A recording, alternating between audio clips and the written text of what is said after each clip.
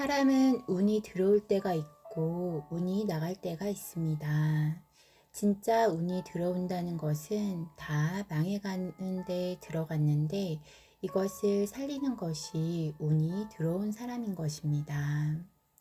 운이 들어올 때는 물을 뿌려도 들어오고 운이 나갔을 때는 서비스를 주고 해도 파리가 날립니다.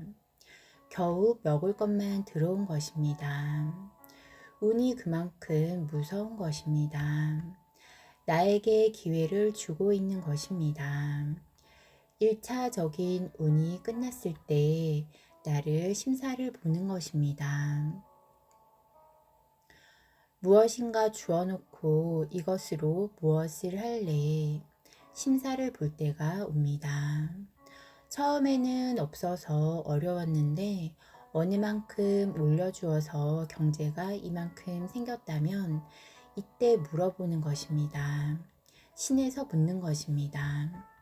예를 들어서 70억이 들어왔다면 현금만이 아니고 땅도 사놓고 정리를 해보니 70억 정도 되는 것입니다.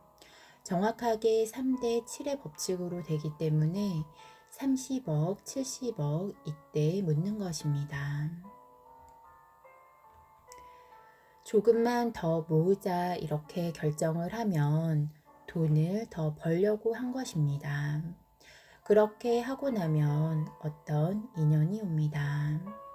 돈을 빌려달라고 하는 사람이 옵니다. 이자를 많이 준다고 하는 사람이 옵니다.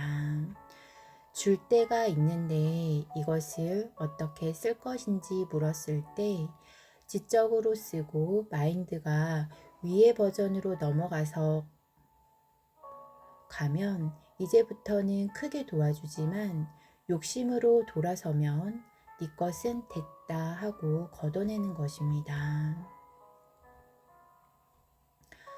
어떤 사람은 7억이 될 수도 있고 어떤 사람은 700억이 될 수도 있고 이것은 차이에 따라서 틀린 것입니다.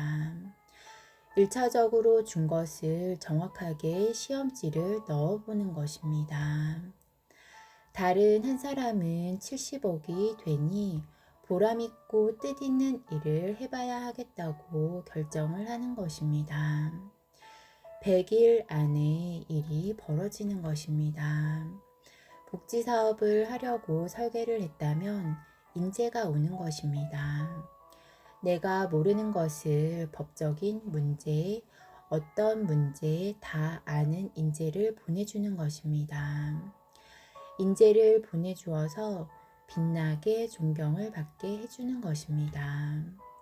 경제가 일어나면 앞으로 어떻게 살 것인지를 묻는 것입니다.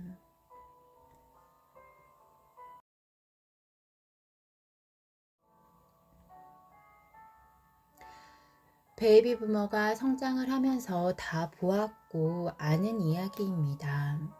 하나님이 공부를 시킨 것입니다.